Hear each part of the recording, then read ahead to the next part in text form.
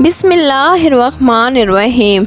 नाज़रीन, आज की वीडियो शुरू करने से पहले मेरी आप सबसे एक गुजारिश है कि अगर आपको वीडियो पसंद आती है तो इस चैनल को कर दीजिए सब्सक्राइब। खड़े होकर किसी का इंतज़ार करने से कमर की हड्डी कमज़ोर हो जाती है। खड़े होकर पानी पीने से मिर्गी का दौरा पड़ सकता है।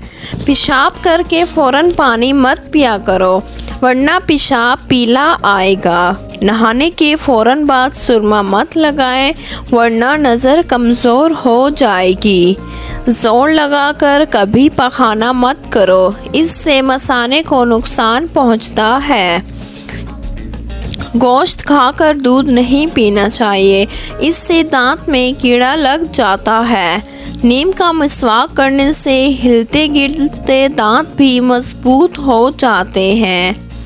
तवे पर थोड़ा सा नमक लगाने से रोटी कभी नहीं फटती। जमाई रोकने से दिमाग की रग फट सकती है। ज़्यादा गर्म चाय पीने से दिल कमज़ोर हो जाता है।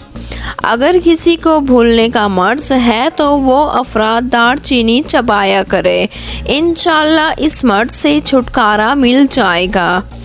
बेर की गुठली बारीक पीस लें और पुराने सिरके में इसे मिला लें। टूटी हुई हड्डी के मकाम पर इसे लगाकर बांध लें, हड्डी जुड़ जाएगी। केले का छिलका गले पर बांधने से गले के टॉन्सिल में अफाका हो जाता है। अगर आपका गला दुखता हो तो हल्दी और शक्कर एक चम्मच लेकर इसे फांकें, फिर गर्म दूध आहिस्ता आहिस्ता पी लें, इंशाल्लाह फौरी आराम आ जाएगा।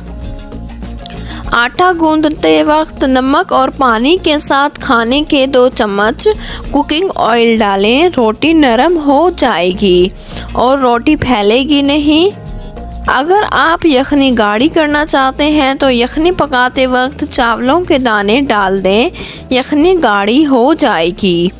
अगर रात को पेशाब के कतरे आते हों तो बंद गोभी के पत्तों की चाय बनाकर इस्तेमाल करें।